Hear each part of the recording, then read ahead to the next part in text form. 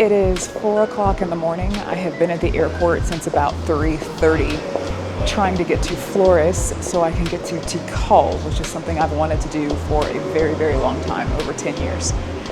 However, when you get to the airport, not only do you have to check in using Tag Airlines to get there, it's all part of a tour, but you also have to then wait in the security line, because if you are flying nationally instead of internationally, even though you got here 2 hours in advance, you can't actually get into the security line until maybe an hour or so before your flight. So they hold you up, which means I technically could have gotten an extra hour of sleep, but I'm not going to complain because, again, I've been waiting for this for 10 years.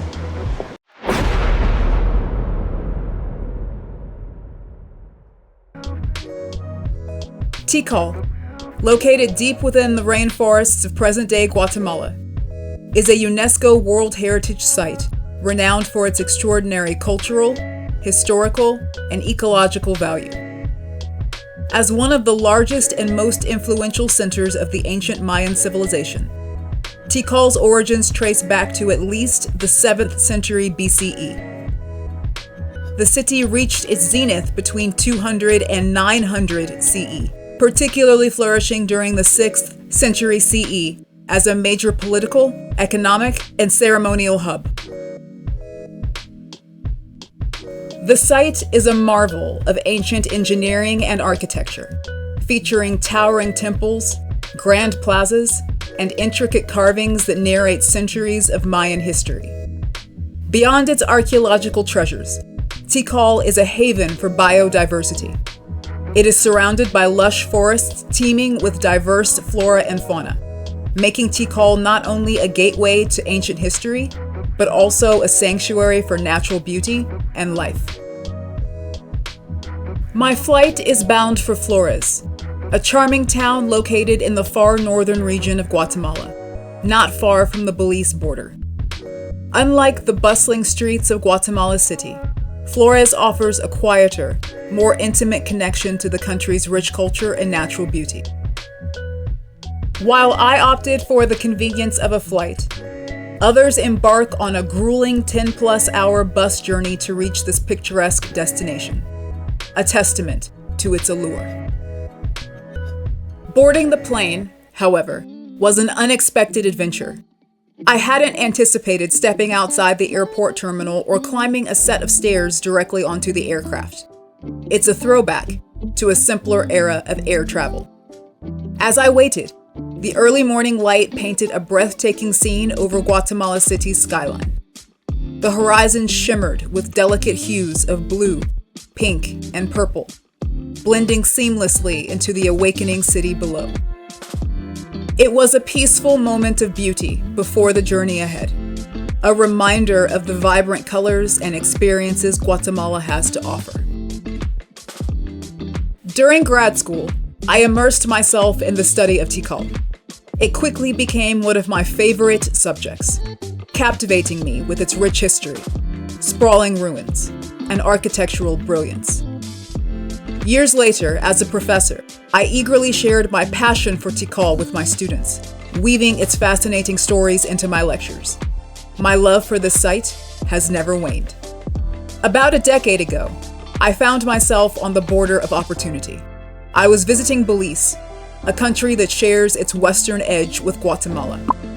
The plan was simple and thrilling. Rent a car, cross the border at San Ignacio, and finally set foot in Tikal. But just as I was preparing for the adventure, devastating news shattered my plans. Nearby, an unthinkable tragedy had unfolded.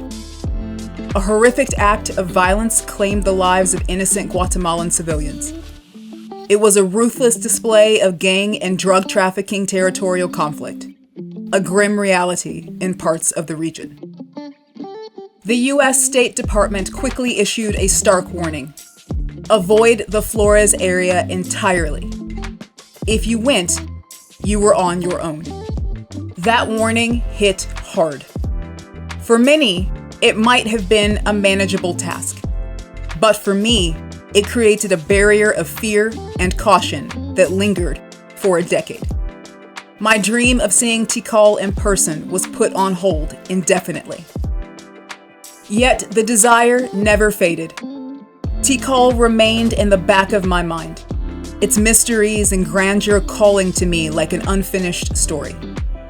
Now, finally, after years of waiting, the moment has come.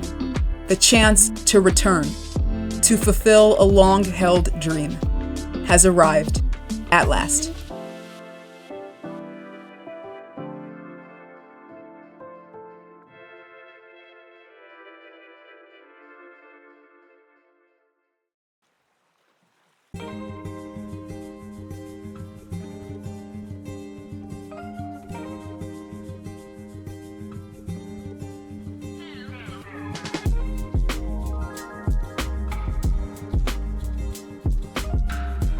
The flight from Guatemala City to Flores is a brief 45 minutes, just enough time to take in the view from above.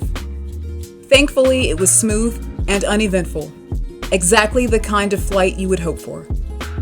As we ascended, I caught glimpses of distant volcanoes rising majestically through the clouds, their jagged peaks a reminder of Guatemala's dramatic landscape. This morning, a soft haze lingered on the horizon, giving the scene an ethereal quality.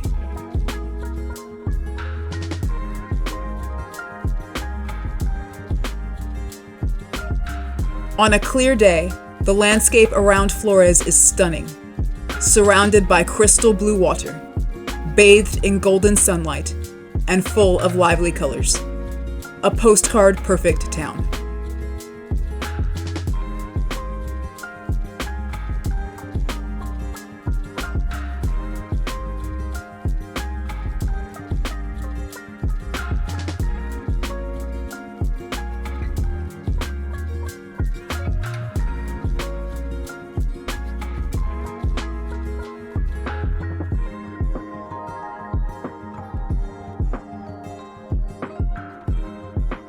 Now that we've landed safely in Flores, the real journey begins.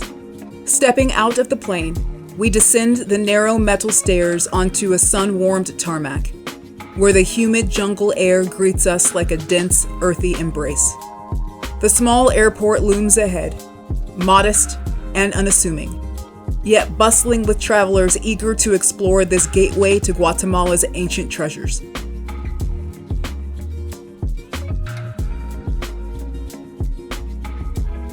Once inside, we queue up to go through security again, a routine but necessary step in the process. The hum of conversation and the occasional crackle of announcements fill the air as I make my way through. Beyond the checkpoint, my next task awaits, finding my group amidst the sea of travelers. This is the final step before the real adventure begins, bringing me closer to the legendary ruins of Tikal.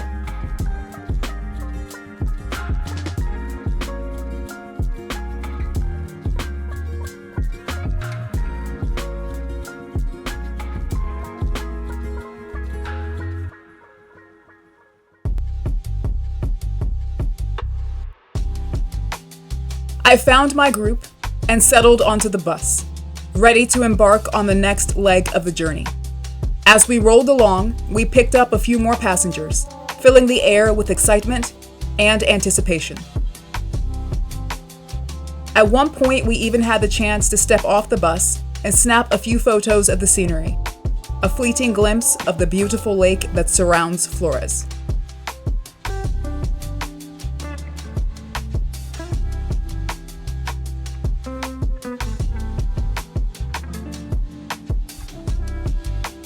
Soon, I thought, we'd be winding our way down shaded jungle roads toward Tikal, the ancient city I've dreamed of visiting for years. But the journey wasn't quite as straightforward as I'd hoped. The drive to Tikal, which takes around 45 minutes to an hour, was interrupted by an unexpected stop. We pulled into a convenience store, not just for a quick refill, but so our guide could enjoy breakfast. Inside the store, an enormous scale model of Tikal caught my attention.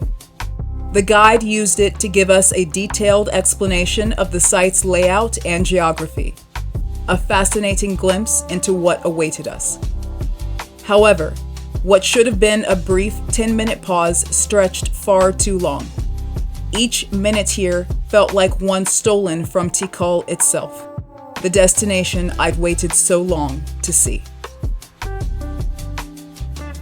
Finally, we piled back into the van, the jungle road unfolding before us once again.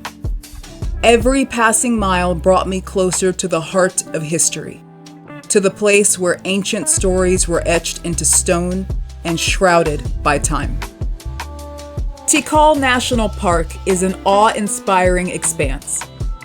220 square miles of dense, untamed rainforest jungle. Within its borders lie more than 3,000 ancient structures, a sprawling testament to the grandeur of the Mayan civilization. It's a vast and intricate site, and even with a plan, it's a lot of ground to cover. After the van finally came to a stop, our guide led us on a short walk to a swampy area that was once one of Tikal's many reservoirs, essential to the city's survival. While the history of its water management systems was undeniably fascinating, I couldn't help but feel impatient. I was here for the ruins, the towering pyramids, and grand plazas, not the wetlands. The guide, however, had other plans.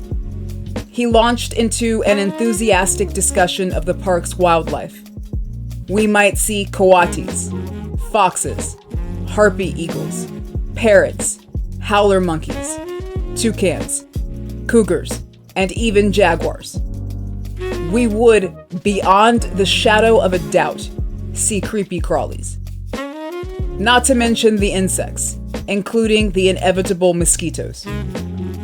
While I admire nature's creatures from a distance, I hoped not to encounter any up close. At least I'd picked up a can of bug spray at the gas station, my first line of defense against the biting pests. Then came the safety briefing. The guide stressed the importance of staying on the marked paths, as venturing off could be perilous. The jungle here is vast and disorienting, and people have been known to disappear. Just recently, he warned, a visitor lost their life. If we stuck to the trails, authorities would at least know where to start looking if something went wrong. For someone like me, who has never been particularly good at following directions, the warning felt more like a challenge than a deterrent. While the guide's voice droned on, I found my focus shifting to the trails ahead. My curiosity was piqued, and the ruins were calling me louder than ever. With a quick glance to ensure no one was paying attention, I made my plan. Discreetly, I counted down in my head. 3, 2, 1. It was time to carve my own path to history. I have finally made it to Tikal, and I've got a map. I have kind of sort of left the group behind because I have a map. The tour guide seems like he's really, really nice, but he's still back there talking about some worm or something. And in 2 seconds here, it's going to be stupid hot because it's the jungle. And then not too long after that, it's going to rain because it's the jungle. And I've got stuff to see. And I don't care about the worms. All right, here we go. 10 years in the making, time to explore.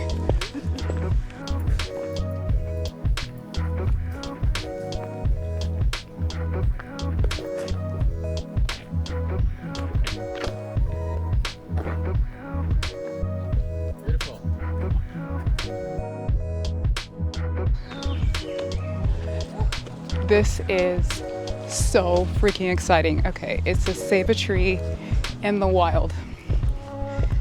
check out how massive this bad boy is.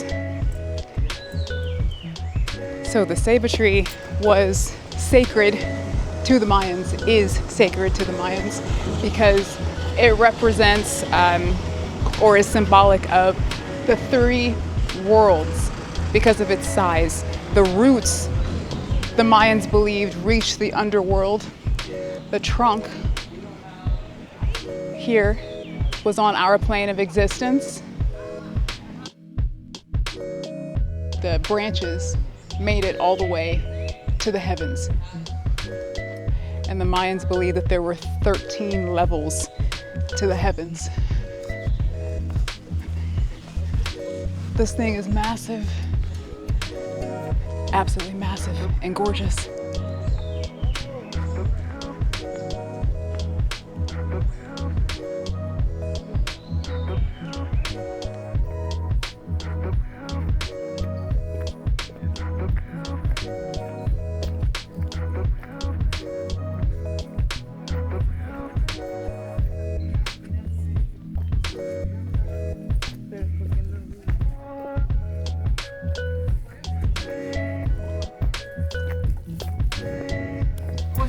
All right, so there is a sign right here. It says Grand Plaza this way.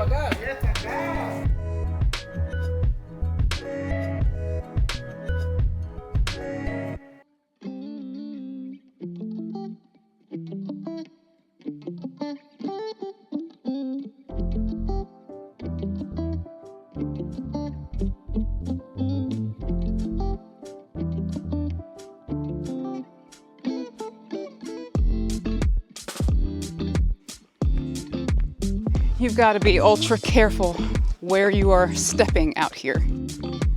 Not to mention all the things that are on the ground that are trying to kill you, like the spiders. But the roots are sticking out. Oh, there we go. And on top of that, I haven't seen a sign in a minute. I'm in the jungle. I'm marinating. I'm still not complaining though, because again, waited 10 years for this.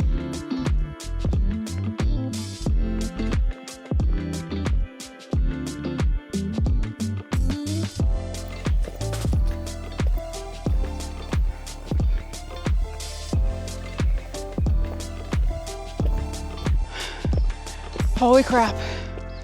I think I found something. Oh man. The structures just loom up kind of out of nowhere. Let me turn the camera around.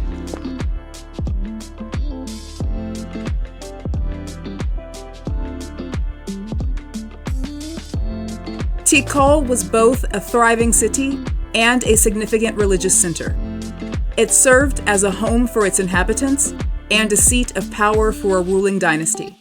The massive limestone pyramids, iconic to the site, functioned as temples for rituals, including sacrifices to the gods.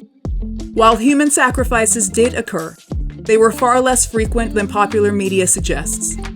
The pyramids also served as burial sites for royalty, making Tikal a necropolis as well. The over 3,000 structures here include residences and ceremonial buildings. At its peak, Tikal supported a population estimated to range between 10,000 and 90,000 people, depending on the time period. While the homes of non-royal residents, made of thatch and wood, have long since deteriorated, the durable limestone structures have endured, providing a glimpse into the grandeur of this ancient civilization.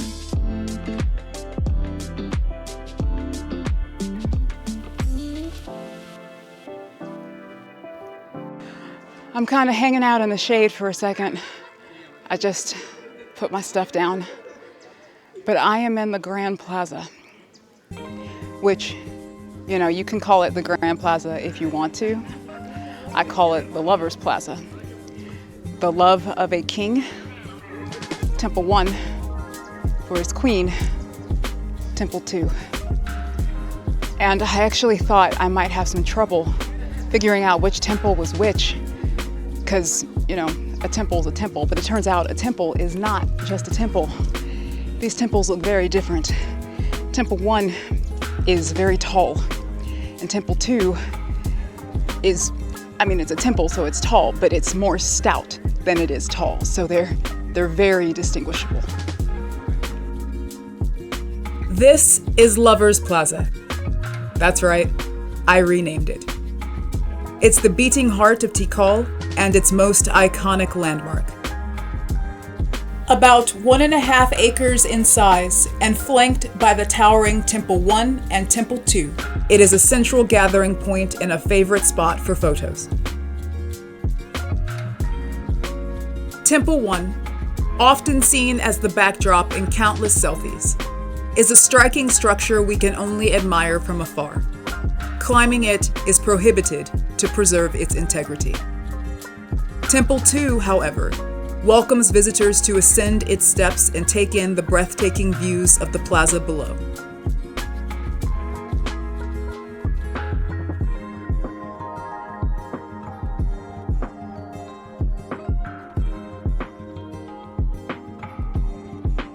Much like the comb atop a rooster, both temples display imposing roof combs, a signature feature of Mayan design, adding to their majestic silhouettes.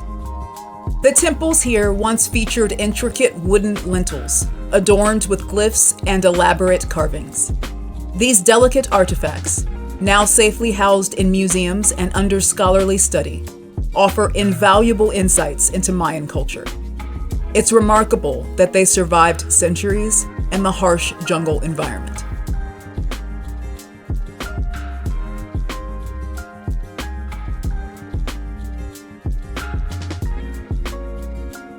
Temple 1, also known as the Temple of the Great Jaguar, is a true icon of Mayan architecture. Its name comes from a lintel depicting a king seated on a jaguar throne. This temple also served as the final resting place of a Mayan king, whose remains were found adorned with exquisite jade jewelry, a testament to the stone's significance in Mayan society.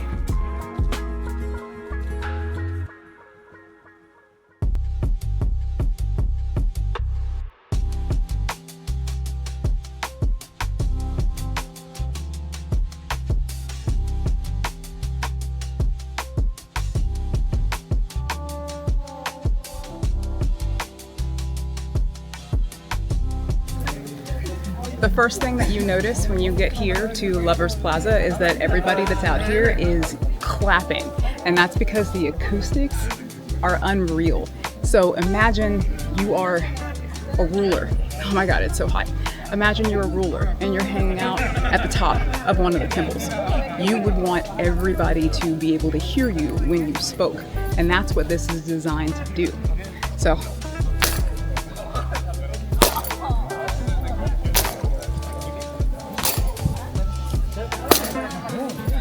I'm not sure if the microphone is picking that up, but again, unreal acoustics. And it also has a little bit of an echo to it, so it's like you're hearing the national bird of Guatemala, which is the quetzal. So anyway, the acoustics, you have to keep in mind, they work both ways. So you would want the people at the top, would want people down here to be able to hear them, but the people at the top could also hear the people down here. So, shh, while the rulers are talking, or just be careful what you say while the rulers are talking.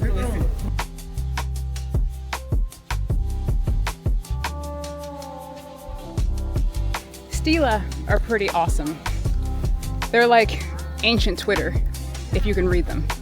I'm not one of the people who can read them, but I can still appreciate them. A stele, typically crafted from stone or wood, is a vertical structure that's taller than it is wide, often embellished with detailed carvings, glyphs, or artistic ornamentation. These monuments served multiple purposes in Mayan society. The ones at Tikal are inscribed with intricate glyphs that chronicle the reigns of rulers and significant historical events. Stela, the plural of stele, were erected to honor individuals such as kings, queens, or warriors, commemorating their achievements, lineage, or contributions to society. They were believed to serve as conduits to the divine or the deceased, allowing the living to connect with gods, ancestors, or spirits. The inscriptions and imagery often depicted mythological scenes, celestial symbols, or rulers engaging with deities, further emphasizing their sacred purpose. Temple 2, a magnificent structure thought to have been built by the same king responsible for Temple 1, was likely dedicated to honoring his wife. This temple stands as a harmonious counterpart to its towering neighbor, sharing its grandeur while offering its own unique features. Its wooden lintel bore an intricate carving of a royal woman, believed to represent the king's wife. The temple's nickname, the Temple of the Masks, derives from two large sculpted masks that once adorned its upper platform.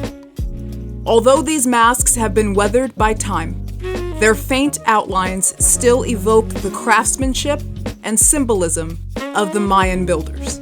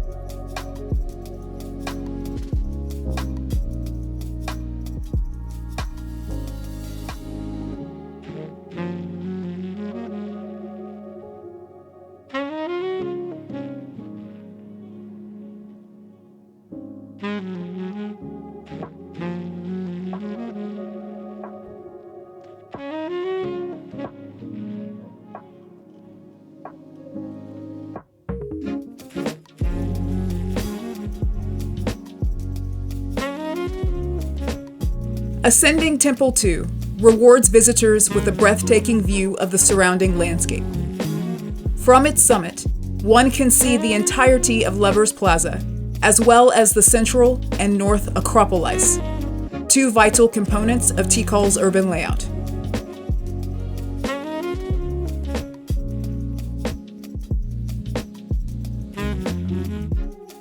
The central Acropolis, which is to the right, and a sprawling complex of interconnected structures, served administrative and residential functions, housing elite officials and hosting important governmental activities.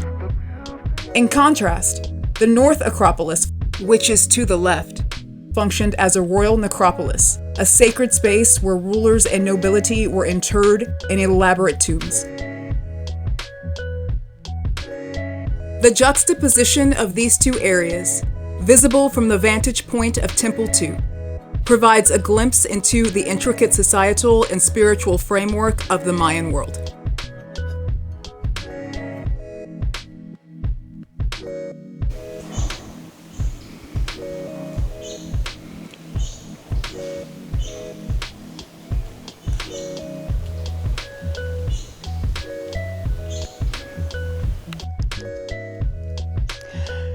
And when you're in Tikal, you gotta pay attention, like really pay attention.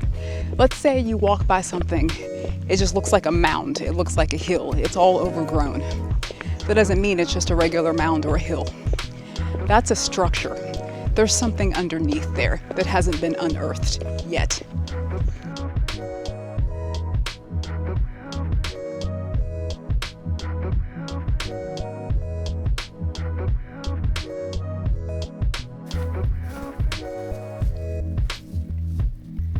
Here's another one, another unearthed structure. Jungle, you ain't fooling nobody. You ain't got nothing on me. Trying to hide stuff like we can't see it. Come on now, quit playing.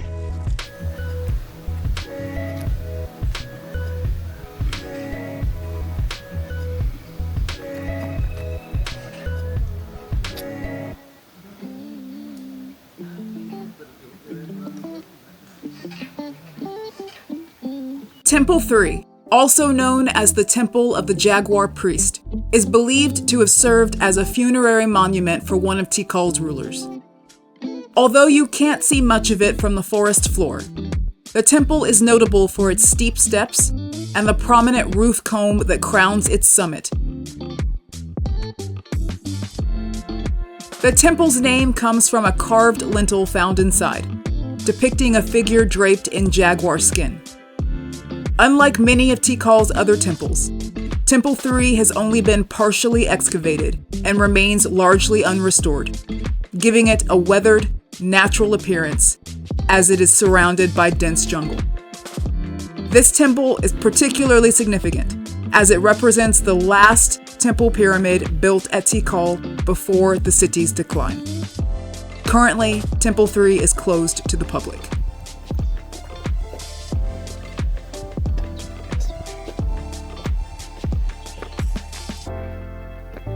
Hello, Temple 4. Look at that massive creature. Amazing.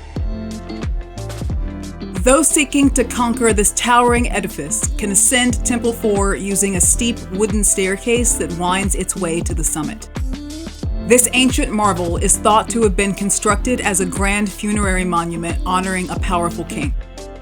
Known as the Temple of the Double-Headed Serpent, its name derives from an intricately carved lintel showcasing a celestial serpent with two fearsome heads, symbolic of divine power and cosmic significance. From its summit, visitors are rewarded with breathtaking panoramic views of the surrounding rainforest, where treetops stretch endlessly into the horizon. Temple 4 is the largest structure out here. I think it's the largest structure in the Mayan world. So I love how there's a sign that says climb at your own risk. Here goes nothing.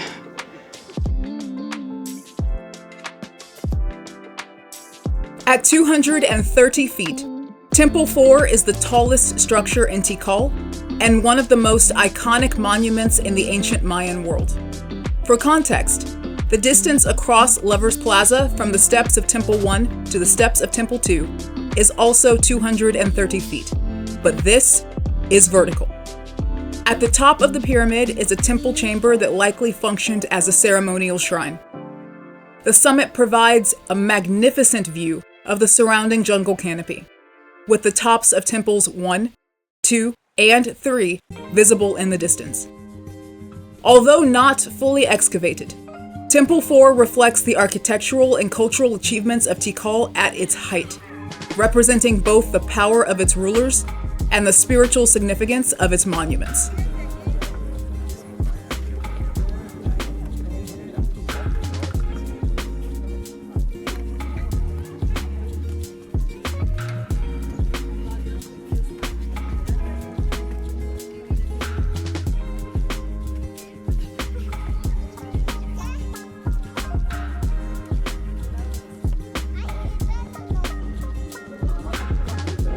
This is not my finest moment. I am pooped beyond words. I'm sure my mom appreciates that I just said pooped. As exhausted as I am trying to think of the words to describe what I'm seeing atop Temple 4. And there aren't really words. It's majestic. It's ethereal. It's otherworldly. I imagine, let's say, I went on a bender one night and then just woke up here. I was just here, looking out. I would not assume that I was still on Earth. That's what this is. And no wonder it was the chosen location for a scene from Star Wars.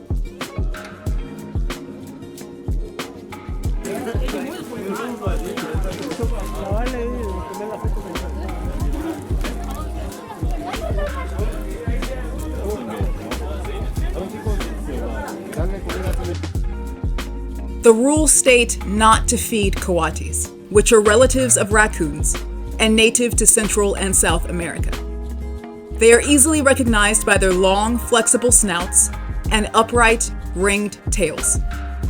However, What truly stands out are their large, sharp claws, an intimidating feature that makes one thankful they are generally more afraid of humans than we are of them. These physical traits make coatis excellent climbers and agile leapers. If you visit Guatemala, you're almost certain to spot a few coatis. However, this is the first time I've encountered such a large group. Male coatis are typically solitary, but females and their young travel in packs, sometimes numbering up to 30 individuals. The Palace of the Windows is named for its distinctive low windows. Intrigued by rumors of ancient graffiti, I ventured inside for a look.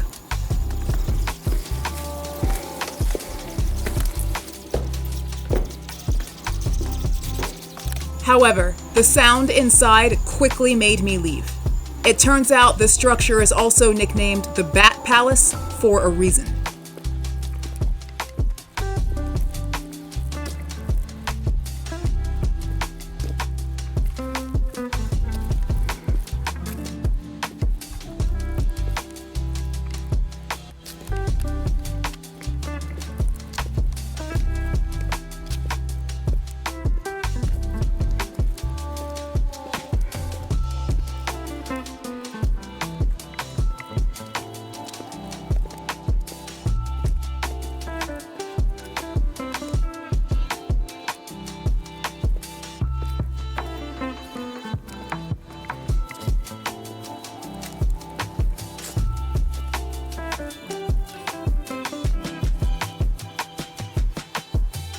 The Plaza of the Seven Temples is named after a row of 7 small temples located on its eastern side. Covering 270,000 square feet, it is believed to be the 3rd largest plaza at Tikal, after Lovers Plaza and the Lost World Plaza. This area likely served both administrative and residential purposes, and archaeologists have also uncovered 3 burial sites within the plaza.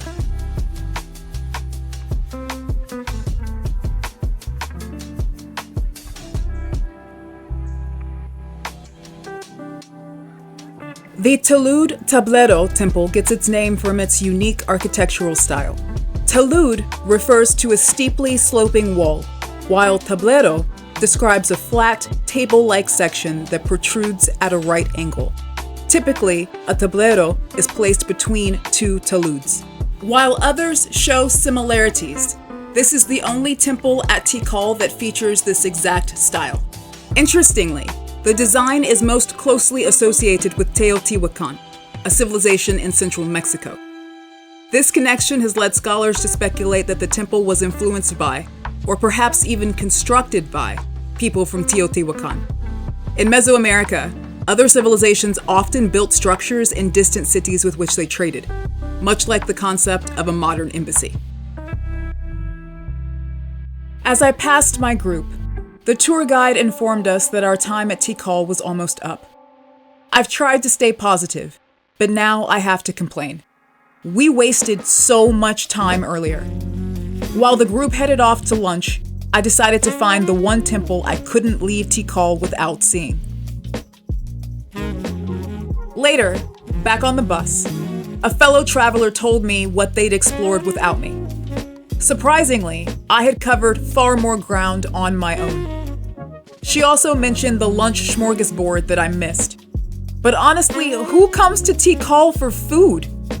That's when it hit me. This tour is great for the average tourist. But I'm not just a tourist here. I feel at home in Tikal. If it weren't for my mom waiting for me back in Guatemala City, I would have stayed for 3 to 4 days exploring every corner of this incredible site. The final structure I'll visit is the most impressive and the one closest to my heart, El Mundo Perdido, or the Lost World Pyramid. Its architectural style shares similarities with the Talud Tablero design, reflecting the influence of Teotihuacan. The pyramid is part of a plaza complex covering approximately 650,000 square feet, making it the second largest plaza at Tikal, after Lovers Plaza. Despite being utterly exhausted, having not eaten all day, and being drenched in sweat from trekking through the dense jungle, I'm determined to climb this pyramid, even if it kills me. The pyramid itself stands only 102 feet high, which means its bark is worse than its bite. This is far from my finest hour, but I've made it to the mountaintop. I have seen the promised land. This is the Lost World Pyramid. I can die happy today.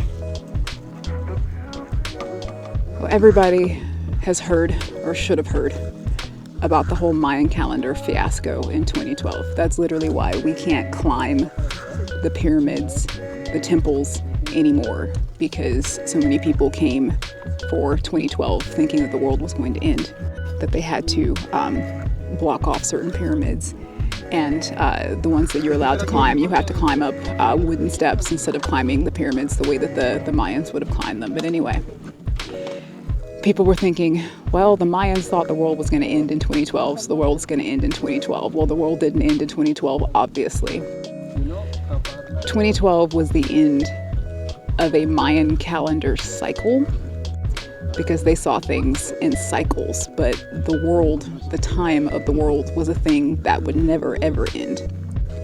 So 2012 was the end of a cycle, not the end of the world.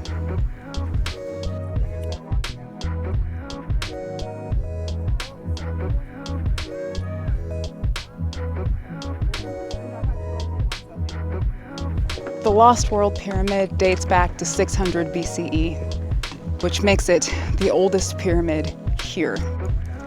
It's also part of the largest ceremonial complex.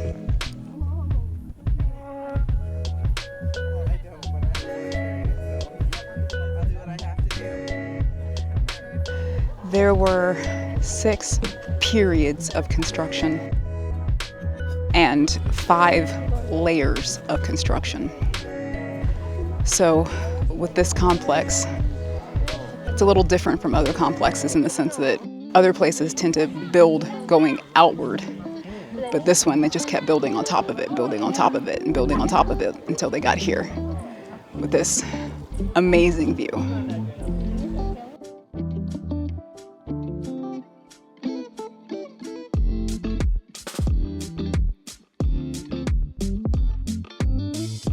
I would say that most people know how to use the sun to tell what time of day it is.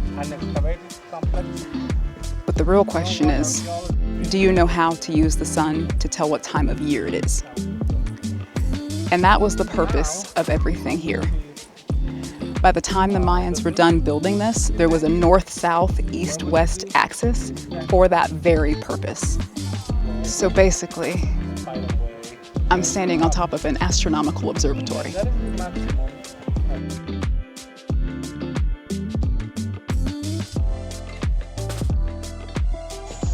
What's even cooler than that is the symbolism.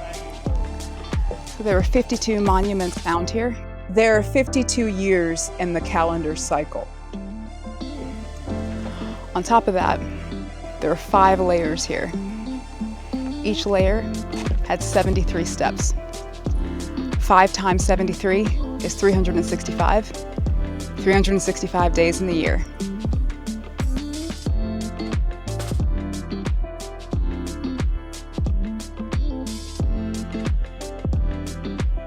So the Mayans aligned their calendar with the solstice and the equinox. And they didn't just do that for, I don't know, spits and giggles. They did that so that they could have ceremonies at the right time of year and that their agriculture aligned with the correct time of year. And that's why this civilization flourished. Of course, until it didn't.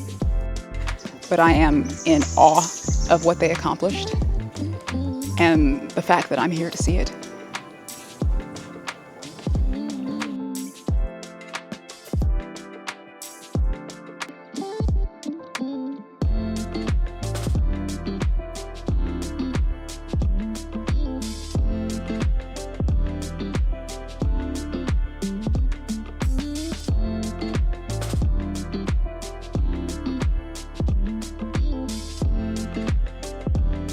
I spotted what I was sure was a peacock, but as I got closer, I realized they were actually turkeys. Oscillated turkeys, to be exact. These stunning birds are native to Mayan lands, including the Yucatan Peninsula of Mexico, Belize, and Guatemala. Their feathers shimmer with a mix of bronze and green iridescence, making them incredibly striking. Once listed as an endangered species, they have since been downgraded to near threatened status, a sign of hope for their conservation.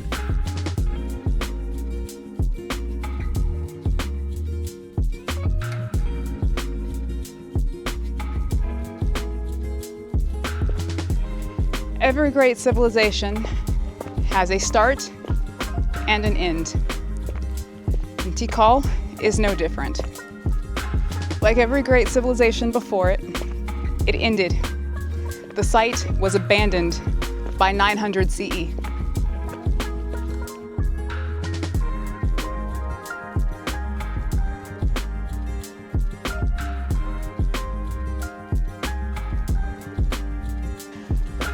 The Lost World Pyramid was the first structure to be built here and the last structure to be abandoned, likely because it was part of an astronomical observatory. So that made it extremely important for centuries. No one really knows why Tikal was abandoned. There are likely many reasons. It's probably more than one, a combination of things. But the honest to God truth is that we just don't know.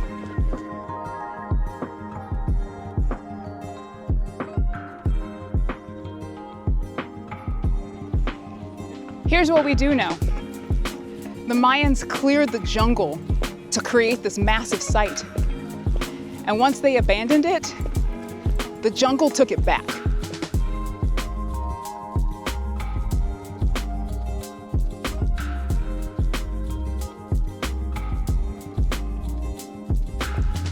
Here's what's crazy. I'm walking out of here. I saw a lot, but there's so much more to see. Only 1/5 of Tikal has been excavated.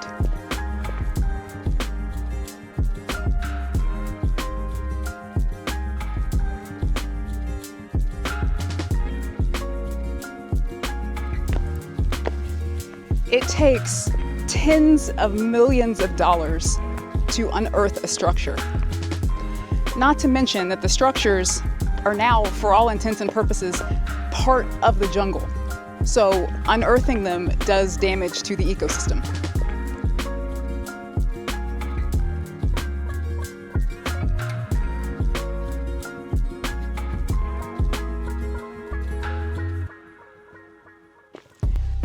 So the vast majority of Tikal remains hidden beneath the jungle, and it waits for a new generation with more money, better technology, and a penchant for environmental preservation to discover its mysteries.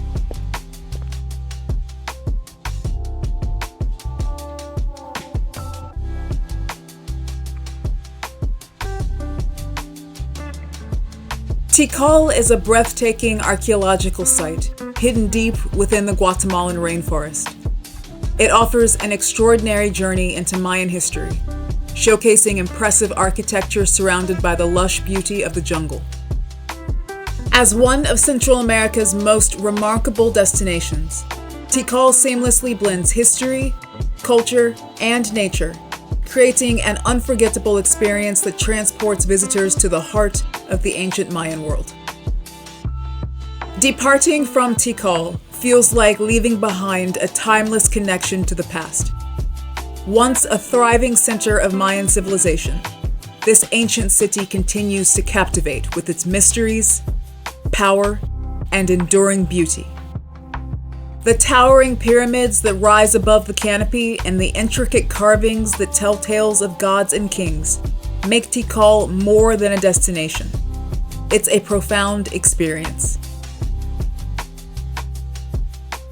Standing amidst these remnants of the ancient world inspires awe, humility, and a sense of connection to something much greater than ourselves.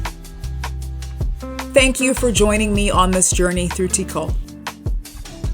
Stay curious, be inspired, find freedom, wander elsewhere. I'll see you in the next one. How long would you spend in Tikal? A day? A week? Comment below.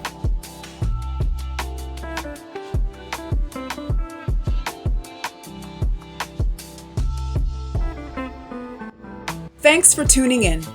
If you liked this video, be sure to give it a thumbs up, share it with your friends, and subscribe for more awesome content. I'd love to hear your feedback, so drop your thoughts or respond to the prompt in the comments.